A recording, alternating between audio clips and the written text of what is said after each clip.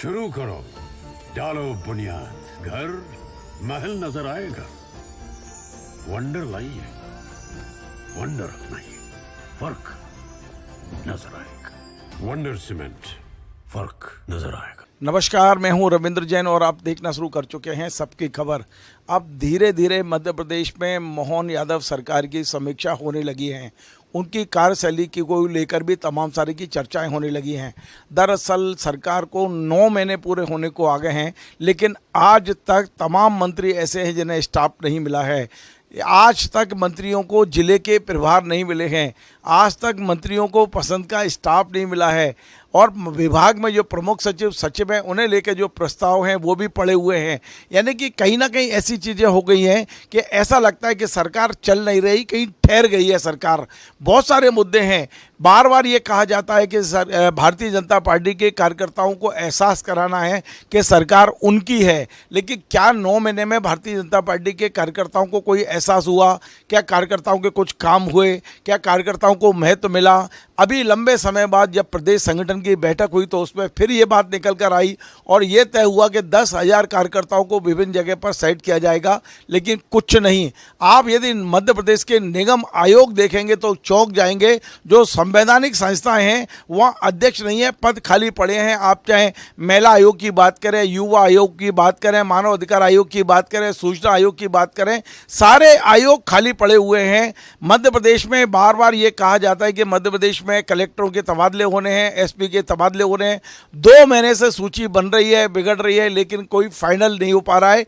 एक एक 2 तबादले के आदेश निकलते हैं। तो निश्चित तौर पर राज्य मंत्रालय से लेकर और भारतीय जनता पार्टी के कार्यालय तक ऐसी असमंजस्य की स्थिति है कि वाकई सरकार चला कौन रहा है, सरकार चल कैसे रही है, सरकार में जो निर्णय हो रहे हैं वो क्यों नहीं हो पा रहे हैं। ये निर्णय क्या दिल्ली ने रोक के रखे हैं या भोपाल इस पर रुके हुए हैं? ये ऐसे मुद्दे हैं जिनकी चर्चा पहले कुछ लोग करते थे, अब पूरे मध्य प्रदेश में होने लगी है। मंत्रालय से लेके, भारतीय जनता पार्टी के कार्यालय से लेके अब आम जनता में ये चर्चा है कि सरकार निर्णय लेने में असफल है। सरकार जो फैसले होने वो नहीं ले पा रही है। मंत्री भी अपने आप को असहज महसूस कर रहे हैं। इसी बीच में एक और बड़ी खबर ये आई कि विधायक और सांसद नाराज हैं।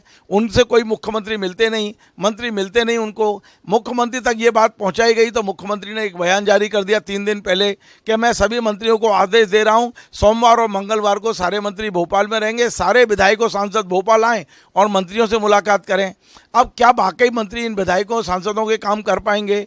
जो विधायक और सांसद मुख्यमंत्री से मिलना चाहता है, क्या वो मंत्री से मिलकर संतुष्ट हो पाएगा? ये तमाम ऐसे सवाल हैं जिनके अब हम उत्तर ढूंढने की कोशिश कर रहे हैं और हम आए हैं मध्य प्रदेश के वरिष्ठ पत्रकार अरुण दीक्षित जी के पास। उनसे समझते हैं कि अब सरकार को 9 महीने हो गए हैं और इस 9 महीने बाद भी आज तक यानी कि करीब 15% से ज़्यादा समय निकल गया है। आज तक जो मंत्री बनाए गए हैं उन्हें स्टाफ नहीं है, उनके पसंद के विभाग में प्रमुख सचिव और सचिव नहीं है, एसीएस नहीं है। मध्य प्रदेश में तमाम सारी सूचियां रोज बन रही हैं, बिगड़ रही हैं तबादलों की। आयोग खाली पड़े हुए हैं।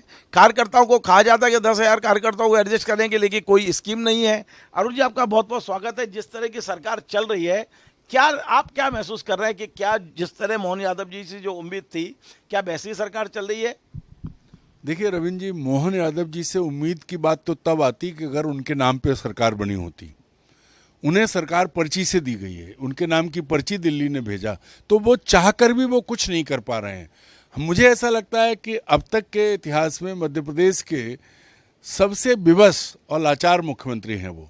कहने को वो अपने स्तर पर बहुत सारी चीज़ें कर रहे हैं, बैठकें कर रहे हैं, जाके अलग अलग बातें कर रहे हैं, लेकिन वो सिस्टम जो सरकार चलाता है, जिसे प्रशासनिक मशीनरी कहते हैं, वो कहाँ है और क्या हो रहा है। अभी सागर का मामला ले लीजिए तो जिस अफसर को खुद मुख्यमंत्री ने छुट्टी दी उसको ट्रांसफ़र कर दिया। ये एक उदाहरण है कि क्या हो रहा है।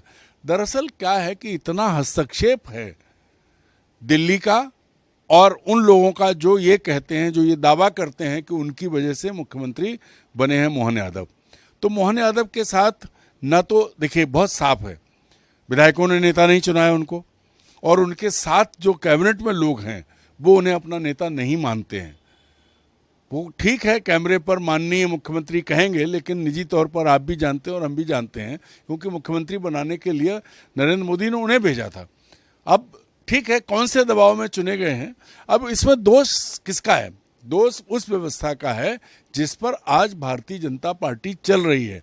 मैं आगे बात करने से पहले एक बात बता दूं कि आज मध्य प्रदेश में हर चीज की मतलब इस तरह की सरकार चल रही है जिस पर कहने को मुख्यमंत्री मोहन यादव जी हैं, लेकिन कंट्रोल कोई और कर रहा है। अब आप एक बात बताइए, सबसे पहले हम लोगों ने भी बात की थी कि वो परिवहन चौकियां खत्म कर दी गई, उनके बदले में क्या बनाया गया? Flying squad. सिस्टम नहीं रुका है। अब तो ये भी खबर है कि दिल्ली के लोग ये तय कर रहे हैं कि इंपॉर्टेंट पदों पर बैठे आईएएस अफसरों से कह रहे हैं कि आपको इतना कमा के देना है। ये दिल्ली का संदेश है, ये ऐसा आईएएस अफसर कह रहे हैं। पोस्ट ठेके पे दी जाने की तैयारी है। तो मोहन यादव क्या करें बेचारे? ना वो कलेक्टर हटा पा रहे हैं, ना वो कमिश्नर हटा पा रहे हैं। अच्छा, दूसरी चीज़ ये है कि सरकार के पास पैसा तो है नहीं। अब जब पैसा नहीं है, कर्ज ले रहे हैं, हर महीने कर्ज ले रहे हैं। छोटी सी बात है, मतलब लाडली बहनों को पैसा मिलेगा, उनको 250 रुपया रक्षाबंधन पे मिलेगा, लेकिन 2 साल पहले शिवराज सिंह ने जो ऐलान किया था कि आंगनबाड़ी में कार्यरत महिलाएं जो हैं वो रिटायर होंगी तो उनको एकमुश्त पैसा मिलेगा। महिला विधवाओं की पेंशन है और तमाम चीज़ें हैं, इन पर कहीं कुछ नहीं हो पा रहा है। अभी आप देखो, पीएम श्री कॉलेज खोले 14 जुलाई को, उनका वो हुआ था। पूरे मध्य प्रदेश में स्कूलों की जो दुर्गति है, टीचर नहीं हैं, बिल्डिंगें खराब हैं, बिल्डिंगें गिर सकती हैं, लगातार गिर रही हैं, बच्चे मर रहे हैं। रीवा में और सागर में मरे, हालांकि कारण अलग अलग, लेकिन मरने वाले बच्चे ही थे। तो सरकार करे तो क्या करे?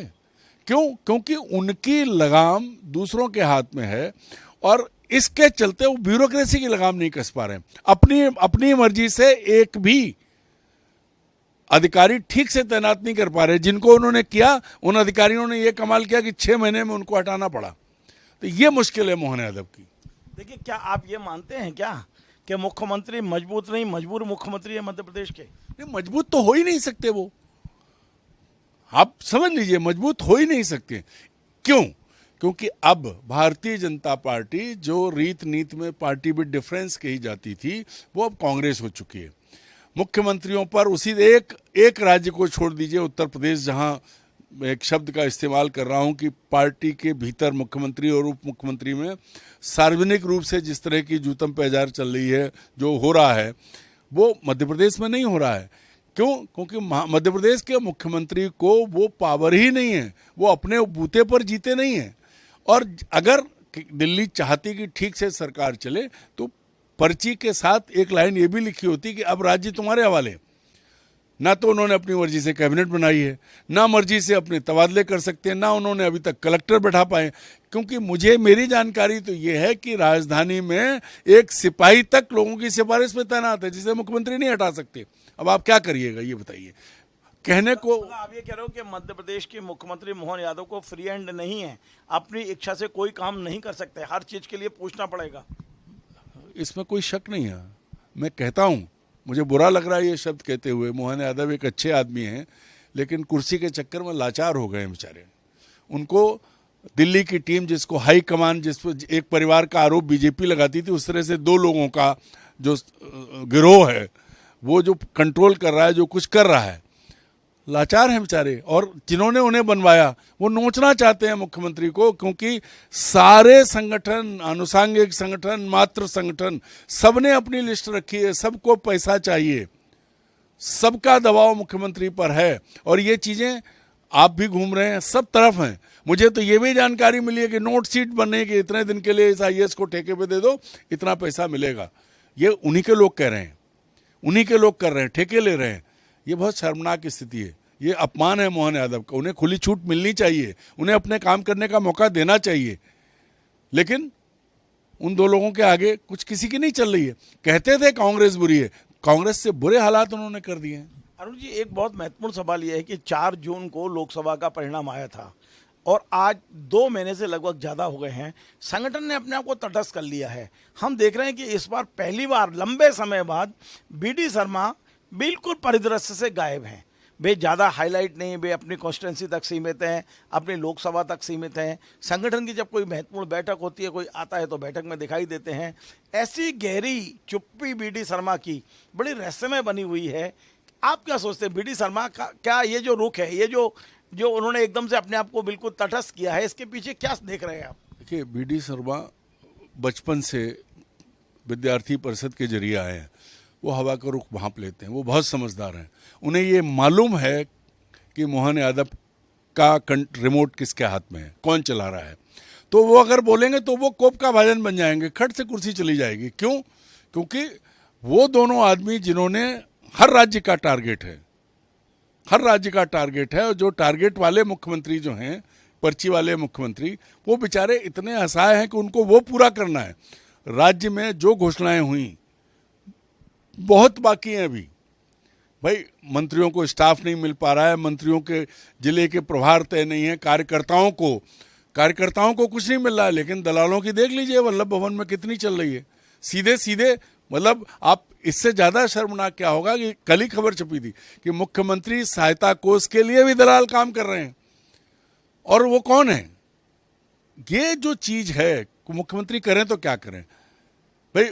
अपने हिसाब से उन्होंने 2-4 अफसर बदले हैं, लेकिन उन अफसरों का भी तो उनके चारों तरफ जो लोग हैं वो उसी तरह से हैं जो पहले की स्थिति में थे। अब अगर कोई सीधे मुख्यालय से आदेश ले लेता है तो क्या भाई, क्या वो मुख्यमंत्री, उसको भी मालूम है कि अगर भाई साहब का फ़ोन आ गया, मैं एक शब्द इस्तेमाल कर रहा हूँ भाई साहब का, तो भाई साहब का कहा तो सर्वोपरि है, भगवान से ऊपर है। मुझे तो कल एक बहुत अच्छे भाजपा के बहुत पुराने नेता और जो विधायक रहे, सांसद रहे, उन्होंने किस्सा सुनाया कि आजकल बड़ा मज़ेदार है, सबके झोले खुले हैं, कंधे पर लटके झोले सबके खुले हैं। विधायकों को फ़ोन करके भाई साहब जाते हैं, भोजन करने आ रहे हैं, फिर भोजन करते हैं, उसके बाद और उसके लिए पूरी टीम काम करती है। 5-7 लोग जो हैं वो घेरते हैं विधायकों को, और उनसे कहते हैं कि जब भाई साहब चलें तो टीका करना, जैसे दामाद का होता है। तो भाई साहब को टीके में कोई छोटी मोटी रकम नहीं चाहिए होती है, 2.5 लाख 5 लाख ऐसी रकम की बताई जा रही है। ये किस्से भोपाल में चारों तरफ घूमे हुए हैं। विधायकों से जो वसूली हो रही है, सांसदों से जो वसूली हो रही है, ये कौन कर रहा है? क्या मोहन यादव को पता नहीं है क्या? सब पता है, लेकिन वो खुद उस वसूली के शिकार हैं। अरुण जी, एक और बड़ा महत्वपूर्ण सवाल है कि ये कहा जा रहा है कि एसपी की सूची तैयार है, 2 महीने हो गए नहीं निकल रही। कलेक्टर की सूची तैयार है, 2 महीने हो गए नहीं निकल रही।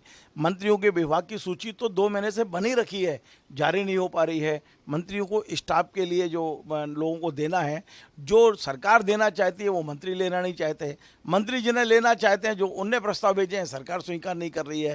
तो लगातार समय बीतता जा रहा है, हम 9 महीने से ज़्यादा हो चुका है।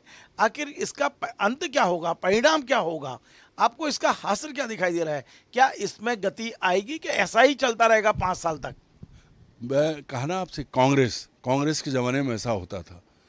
आप देखते थे सरकारें, सब कुछ दिल्ली से जो हो जाता था, दिल्ली से आ गया, वो जैसे चाहे वैसा हो गया। अब यहाँ भी मोहन यादव लाचार हैं। ऐसा नहीं कि उनमें योग्यता की कमी है, उनको मौका मिले तो सब करेंगे, लेकिन वही कि हर सूची लेके उन्हें दिल्ली जाना है। अब IAS IPS के तबादले वरीयता के आधार पर जिसका जहाँ टर्न है एक झटके में हो जाते हैं, लेकिन वहाँ भी तो कुछ भाई साहब लोग जो है ना, उनको भाई साहब लोगों को लिफाफे भी चाहिए, सेवा भी चाहिए। मतलब सिपाहियों तक की पोस्टिंग इस तरह से हो रही है, चाहे वो मुख्य सचिव हों, चाहे वो DGP हों, सब लाचार हैं। मतलब आप समझ लीजिए कि मध्य प्रदेश में चौराहे पे खड़ा एक ट्रैफिक सब इंस्पेक्टर अगर आपका चालान कर रहा है तो आपका कमिश्नर जो है ना भोपाल का, वो आपकी मदद नहीं कर पाएगा। ये परिस्थितियां हैं। हर लेवल पे इतना हस्तक्षेप सत्ता में बढ़ गया है कि लगता ही नहीं कि सरकार चल रही है या मुख्यमंत्री हैं। चलिए, एक और सवाल मेरे दिमाग में चल रहा है। आज के समाचार पत्र यदि आप देखेंगे तो फुल पेज के विज्ञापन है कि मध्य प्रदेश में बहुत बड़ा निवेश आ रहा है। उस निवेश को लेके अभी जब मैं आपके पास आया हूँ, उसके कुछ देर पहले फाइनल आंकड़े आए हैं, और फाइनल आंकड़े ये आए हैं कि हमारे मध्य प्रदेश के तमाम सारे IAS अधिकारी बेंगलोर में हैं 2-3 दिन से। बड़े बड़े 5 स्टार होटलों में रुके हुए हैं, बड़े बड़े प्रेजेंटेशन लेके गए थे। वहाँ की तमाम बड़ी कंपनियों को, बेंगलोर की बड़ा कंपनियों के साथ आज दिन भर मुख्यमंत्री ने बिताया, और जो रिजल्ट आया है वो ये आया है कि लगभग 3,000 करोड़ के इन्वेस्टमेंट हैं, जिसमें 6,900 नौकरियाँ होंगी। कैसे देखते हो कि पूरे अखबार आपने विज्ञापन से भर दिए? 3,000 करोड़ रुपए का इन्वेस्टमेंट, मात्र 3,000 करोड़ का इन्वेस्टमेंट, और 6,900 लोगों को नौकरी। और ये भी आश्वासन है, ये मैच्योर कितना होगा? तो हम इतना पैसा, इतना दिखावा, इतना क्यों करते हैं भाई? यदि आज मान लो अखबारों में विज्ञापन दे के हम पैसा बचा सकते थे मध्य प्रदेश के खजाने का, आप पहले रिजल्ट ले आइए, फैक्ट्री लग जाए, फिर दावा करिए कि हो गया। लेकिन इतना प्रचार, ये प्रचार क्यों? ये जो शिवराज सिंह परंपरा कर गए शुरू, वो गांव का शब्द है, शोर ज़्यादा मचाओ काम कम करो, उसका वो शब्द मैं यहाँ नहीं कहूँगा।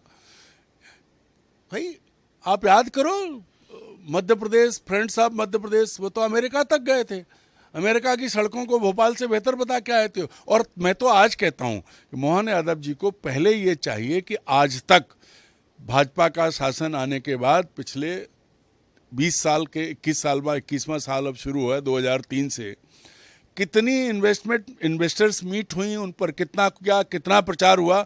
मुझे लगता है कि जितना पैसा सरकार के कर्ज में डूबी सरकार ने खर्च किया है, उसके बराबर या उससे थोड़ा बहुत ज़्यादा आया होगा। क्योंकि बातें तो बहुत हुई, हमने भी बहुत इन्वेस्टर्स मीट अटेंड किए हैं, चाहे खजुराहो की हो, इंदौर की, बड़ी बड़ी बातें होती हैं, बड़े बड़े करार हो जाते हैं, पर वो करार जो है ना, उसके बाद थोड़ी देर बाद यूं हाथ पूछते हैं और रद्दी में डाल दिए जाते हैं। 3000 करोड़ आने तो दीजिए, कहाँ की बातें हैं? आप देखिए सरकार की नीति और नियत, भोपाल मध्य प्रदेश के तमाम शहरों में स्मार्ट सिटी बनने थे, ढूंढ लो आप भोपाल में, लाखों पेड़ बर्बाद कर दिए, लेकिन नहीं, आज भी कोई चीज़ नहीं है स्मार्ट सिटी के नाम पे। सरकार की योजनाओं को ठीक से अमल में लाने के लिए जितना पैसा चाहिए, उससे ज़्यादा पैसा तो इस तरह विज्ञापनों में पड़ाया गया है। और एक और चीज़ रही है कि पिछले 6-7 महीने में तो उससे ज़्यादा कमीशन में ले लिया गया है, बिल दे के। तो ये सब हो रहा है, परंपराएं ऐसी कर दी हैं कि किसी को नेट रिजल्ट क्या है उसकी कोई बात नहीं है। शोर मचाएंगे, कह देंगे इतना हो गया। अरुण जी, बहुत आखिरी प्रश्न है और ये भी बड़ा महत्वपूर्ण है। ये जरा मैं आपको मालवा के इंदौर ले चलता हूँ, और इंदौर में जो कुछ हो रहा है पिछले 2-3 दिन से आप देख रहे होंगे लगातार। पहली बात इंदौर में ये हुआ कि इंदौर में स्मार्ट सिटी डेवलपमेंट जो कंपनी है, उसने सूखे कचरे का जो ठेका दिया था, उसमें बहुत बड़ा भ्रष्टाचार हुआ है। 3 साल के लिए एक ऐसी कंपनी को ठेका दिया गया जिसको सिंगल बीट मतलब उसका टेंडर आया था, उसको खोल दिया और दे दिया। उसके बाद मगर उसके ऊपर 4,44,000 बकाया था, 4,44,00,000 बकाया था।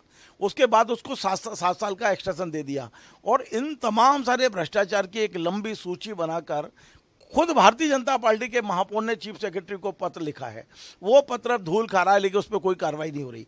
उनका कहना है कि ये तमाम सारे लोकायुक्त तो ईओडब्ल्यू के मामले हैं, पहला। दूसरा, नगर निगम में 125 करोड़ रुपए के भ्रष्टाचार पैसे निकाल लिए फर्जी बिल बनाकर। ईडी 3 दिन से वहाँ कार्रवाई कर रही है।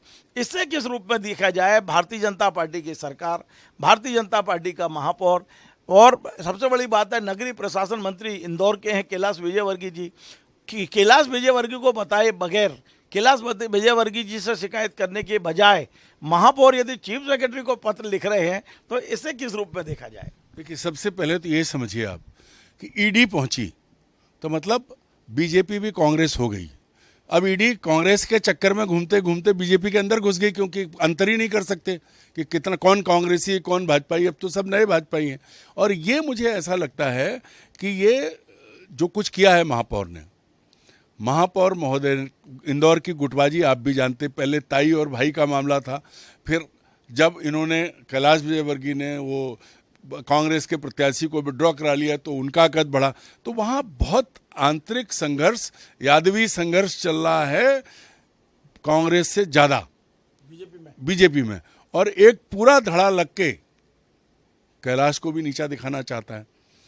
तो अब सबसे बड़ी मुश्किल ये है कि ईडी पहुंची और ईडी छापे मार रही है, नकदी जब्त कर रही है, और भी बड़े घोटाले हुए हैं।